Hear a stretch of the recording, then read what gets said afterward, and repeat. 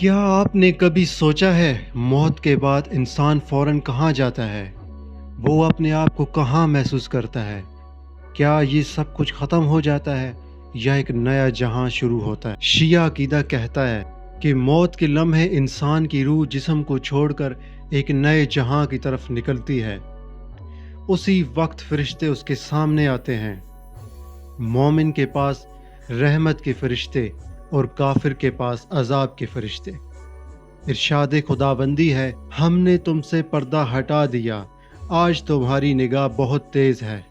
قبر کا پہلا لمحہ فیصلہ کون ہوتا ہے؟ امام علی علیہ السلام فرماتے ہیں، قبر یا تو جنت کے باغوں میں سے ایک باغ ہے یا جہنم کے گڑھوں میں سے ایک گڑھا۔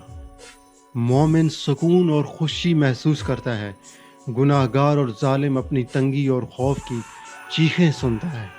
دو عظیم فرشتے نمودار ہوتے ہیں۔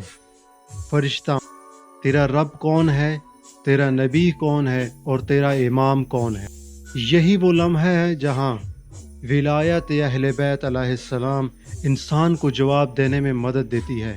جو ان کے ساتھ ہے وہ کامیاب ہے، جو انکار کرے وہ جواب نہ دے پائے گا۔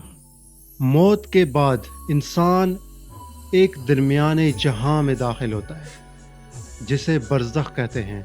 یہ قیامت تک کا سفر ہے۔ مومن جنتی باغوں میں رہتا ہے اور کافر یا ظالم جہنم کی جھلک دیکھتا ہے۔ ارشاد خداوندی ہے، ان کے پیچھے ایک برزخ ہے قیامت کے دن تک۔ یہ زندگی محض ایک امتحان ہے۔ اصل زندگی موت کے بعد شروع ہوتی ہے۔ سوال یہ ہے، کیا ہم اس لمحے کے لیے تیار ہیں؟